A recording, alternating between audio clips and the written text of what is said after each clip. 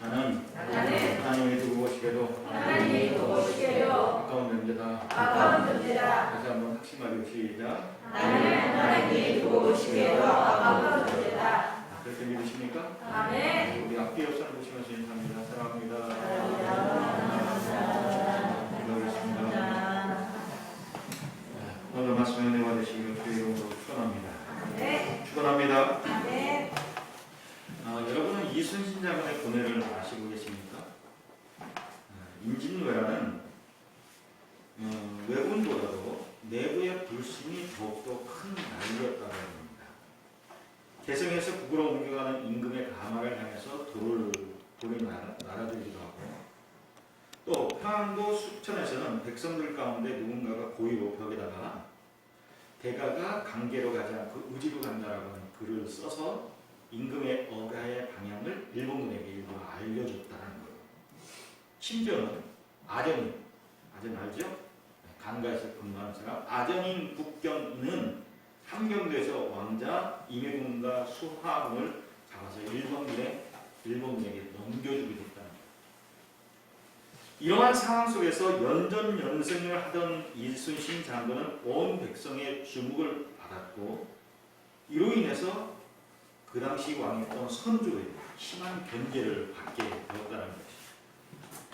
선조와 조정의 대신들은 이순신이 조정을 능멸하고 임금을 기만했다고 하면서 조정의 출격의 명령을 따르지 않았다라고 하는 제목으로 삼도수군 통제사의 소임을 해제하고 원군을 앉혔어요. 그리고 이순신 장군을 의금부로 압송하게 됩니다. 연전연승한 장군을 고문으로 망가뜨리고 군인의 명예를 다 짓바꾸는 백의 종군으로 다시 전쟁터로 내보내게 됩니다. 근데 여러분, 이순신도 인간인지라 선조와 조정 대신에 대한 증오와 적개심이 왜 없었겠습니까? 그런데 이순신은 시중에서도 술 먹은 상태에서도 그런 일을 단 한마디 얘기하지 않았다. 이순신은 그 난중일기라고 하는 일기를 기록했잖아요. 그러니까 이순신은 편지나 일기 같은 거, 글도 아주 소녀의 감성으로 아주 잘 들어가는 사람인데, 그 어떠한 일기에도 그리고 편지에도 이 일을 쓴 적이 없다는 겁니다. 이순신 장군에게 이러한 고뇌가 있었다면 오늘 본문에 나와 있는 여호수아 장군에게는 어떠한 고뇌가 있었을까요? 요단강을 건너 여리고성을 공격해야 되는데 해답이 없습니다. 여리고성은 난공불락소의 성이에요. 여리고의 성이 얼마나 견고한지, 큰 성인지, 성곽에 병거가 두 개가 동시에 지나갈 수 있도록 아주 견고한 큰 성이라는 겁니다. 여리고 성의 군사들은 최강의 전사들이지만 이스라엘 백성들은 전투 경험이 부족한 오합지졸입니다. 여리고 성이 최신의 병기인, 그 당시에 최신의 병기인 병거를 갖고 있었다면 이스라엘은 아직도 부싯돌을 쓰고 있는 그런 수준입니다. 또 성을 함락하기 위해서는 대부분 그렇게 군사 전략가들이 그렇게 얘기해요. 성을 함락하기 위해서는 성을 방어하는 군사보다도 성을 공격하는 군사력이 3배가 더 많아야 된다는 거예요. 어떻게 해야 이 여리고 성을 함락할 수 있을까? 여호수아는 군대 장관으로 책임감과 걱정 때문에 잠을 이루지 못했을 겁니다. 그리고 여리고성 가까이 가서 여리고성을 정탐했습니다. 13절에 여호수아가 여리고에 가까이 이르렀을 때, 그러죠? 여러분, 삶에 이러한 고뇌가 내게는 있는지, 여호수아 같은 이러한 고뇌가 우리에게도 있어야 돼요. 우리의 삶의 현장은 치열한 전쟁터입니다. 돈 벌기 위해서도 치열한 전쟁을 치러야 되지만 그보다도 더 중요한 것이 있는데, 그건 뭐냐면 하나님의 백성으로서 그리스도의 정체성을 가지고 진실되고 거룩하게 살기 위한 영적인 치열한 전투가 우리에게 있어야 돼요. 그런데 이 전투를 위해서 우리에게 이런 고뇌가 있냐고요. 같은 이런 고뇌가 내게 있냐고요. 세상 사람들이 사는 것처럼 거짓과 부정한 방법을 써서 사는 것이 아니라 세상 사람들과 똑같은 언어와 똑같은 행동, 양식을 가지고 사는 게 아니라 내가 하나님의 백성으로서 하나님의 자녀로서 어떻게 하면 진실되게 거룩하게 살 수 있을까? 이러한 고뇌가 우리에게 있냐는 거예요. 저는 지난주에 세종중앙교회를 다닌 어떤 사람과 함께 일을 했어요. 근데 이게 그가 자신의 집안에 대해서 얘기해요. 자신의 집안은 무당 집안인데 무당 신 내리는 것을 거부하기 위해서 작은 아버지 그리고 고모 등이 교회 나가기 시작했다라고 하는 이야기를 들었어요. 근데 이 사람의 행동 양식이 어떠한 기독교의 윤리도 가치관도 찾아볼 수 없어요. 하다가 기회가 됐다 하면 음란패설, 야한 이야기 이거죠. 그런데 자신은 교회에 다니고 있다고 아주 당당하게 이야기하고 있는 거예요. 목사 앞에서. 교인답지 않는데 교회에 다닌다고 하는 이 사실을 아주 당당하게 이야기하고 있는 거예요. 여러분, 세상이 그렇습니다.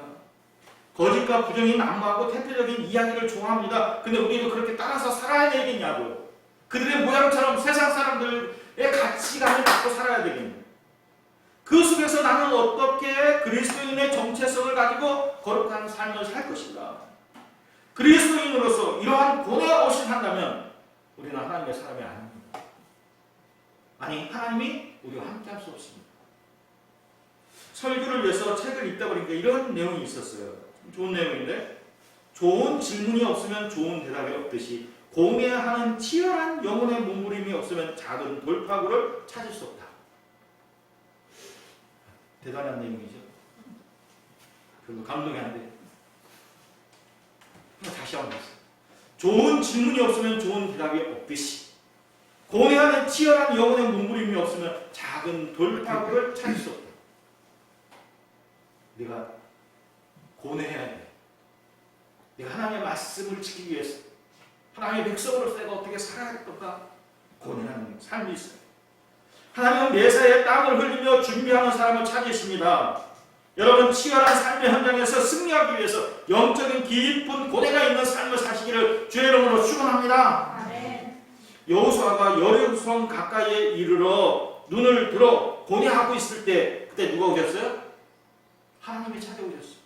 13절 여호수아가 여리고에 가까이 이르렀을 때 눈을 들어본즉 하나님의 사람이 한 사람이 칼을 빼어 손에 들고 맞았었는지라. 여호수아가 나가 그에게 묻되 너는 우리를 위하느냐 우리의 적들을 위하느냐 하니, 고뇌하는 여호수아가 손에 칼을 빼 들고 있는 한 사람을 보았습니다. 그 누굽니까? 하나님의 군대장입니다. 근데 여러분, 여호수아의 질문이 뭡니까? 너는 우리를 위하느냐 우리의 적들을 위하느냐 라고 질문합니다. 여러분, 우리가 일이 잘 안 되면 하나님의 도우심이 없다고 생각하면 우리가 어떤 질문을 하게 되냐면 혼자서 하는 말처럼 뭐라고 얘기하냐면 하나님 어디 계십니까? 하나님 도대체 계십니까? 한 겁니까? 왜 나를 안 도와주세요 하나님? 우리가 이렇게 혼잣말을 해요.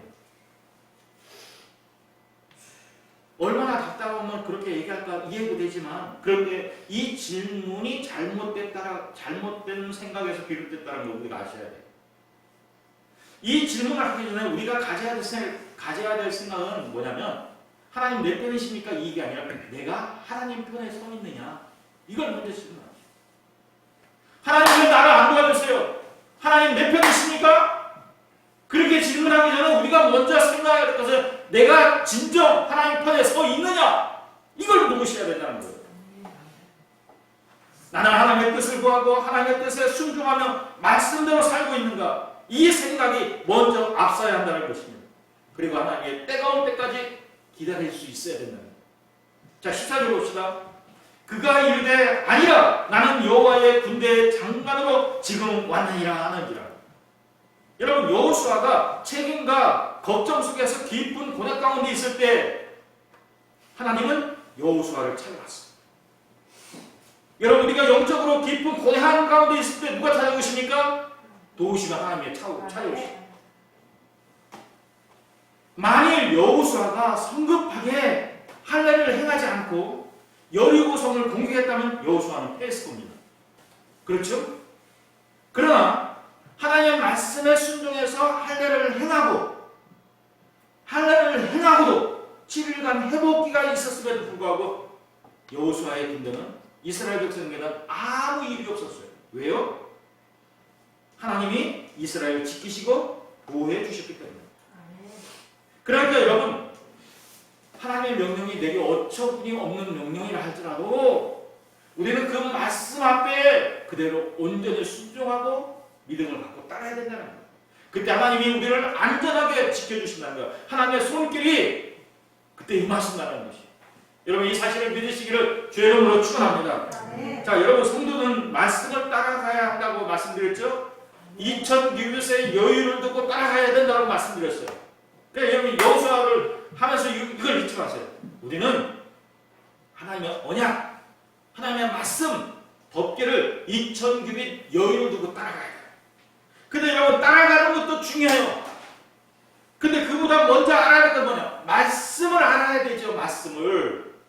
저 언약궤가 하나님의 말씀인지 그걸 알아야죠. 그걸 알고 따라가야 되죠. 그러니까 여러분, 따라가는 것도 중요하지만 따라가는 것보다 먼저 중요한 건 하나님의 말씀을 아는 게 중요해요. 무엇이 하나님의 선하시고 기뻐하시고 온전한 뜻인지 2000규빗의 여유를 갖고 따라가는 겁니다. 그러기 위해서는 매일 우리가 뭐 해야 돼요? 하나님의 말씀을 묵상해야 되죠.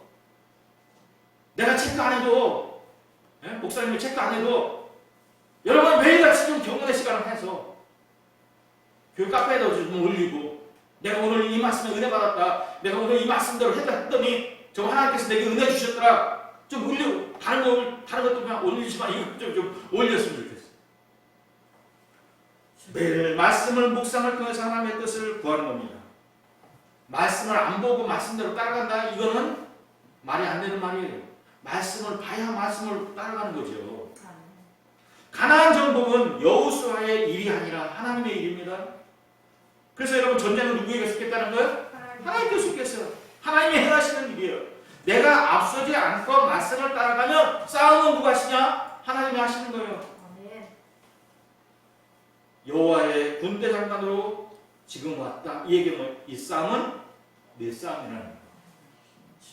자, 하나님을 믿는 성도에게 하나님이 지켜주시는 천군 천사가 있어요. 오늘 본문이 이 사실을 증명하고 있고, 앞으로 우리가 여호수아를 말씀을 나누면서 계속해서 우리가 보게 되는 거예요. 하나님이 이스라엘 백성을 위해서 어떻게 싸우시는가를 우리가 볼 수 있어요. 여호수아를 계속 보세요. 계속 보시면 하나님이 어떻게 여호수아를, 이스라엘 백성들을 도우시는가를 우리가 계속해서 볼 수 있어요. 하나님이 우리를, 예수 믿는 우리를 어떻게 도우시는가, 그 말씀은 여호수아에 나와 있어요. 자, 여러분, 성경적인 사실을 몇 가지 들어서 말씀드립니다. 아람 군대가 쳐들어와서 사마리아 성을 에워싸고 있을 때 엘리사의 몸종인 게하시는 이 사실을 알고 몹시 두려워하게 됐어요. 그래서 엘리사 선생한테 얘기했어요. 아람 군대가 쳐들어와서 지금 사마리아 성을 에워싸고 있습니다. 그때 선지자 엘리사가 뭐라고 기도해요? 하나님, 게하시의 눈을 열어서 하나님의 군대를 보게 해주세요. 그때 게하시의 눈이 열려서 하나님의 병거와 불병거와 불말을 보게 됩니다. 이 사실을 통해서 하나님이 믿는 우리를 도우신다, 믿는 백성을 도우신다라고 하는 사실을 알 수 있어요. 또 예수님이 감람산에서 잡히실 때 베드로는 두려움 가운데 칼을 빼들어서 대제사장의 종인 말고의 길을 떨어뜨렸어요. 그때 예수님 뭐라고 하냐면 베드로에게 칼을 거두라고 얘기하면서, 내가 아버지께 구해서 12영이나 더 되는, 12영이라고 하는 것은 한 사단을 얘기하는 거예요. 12영이나 더 되는 많은 천군 천사를 동원할 수 없는 줄 아느냐라고 예수님이 또 말씀하셨어요. 그러니까 여러분, 우리에게 돕는 천군 천사가 있다는 거예요. 실제적으로 볼까요? 히브리서 1장 14절 말씀 한번 봅시다. 자, 같이 한번 읽읍시다. 자, 시작. 모든 천사를 섬기는 영으로서 구원받은 상속자들을 위하여 섬기라고 보내심이 아니야. 여러분, 천국은 누구를 돕는다고요? 구원받은 상속자인 우리를 돕는다는 것이에요. 그래, 여러분, 천군 천사, 하나님의 천군 천사가 믿는 우리를 돕고 있는데 어떤 사람은 게하시처럼 눈에 보지 못하고 어떤 사람은 하나님이 도우심을 볼 수 있다. 여호와의 군대 장관을 본 여호수아가 얼굴을 땅에 대고 엎드려 절하며 그에게 이렇게 얘기합니다. 내 주여, 종에게 무슨 말씀을 하시나이까. 여러분, 인간의 불행은 어디에서 시작되냐면 자신이 감당할 수 없는 짐을 지려고 할 때 시작되죠. 자신의 힘으로는 도저히 질 수 없는 무거운 책임을 지려고 할 때 거기에 불행이 있어요.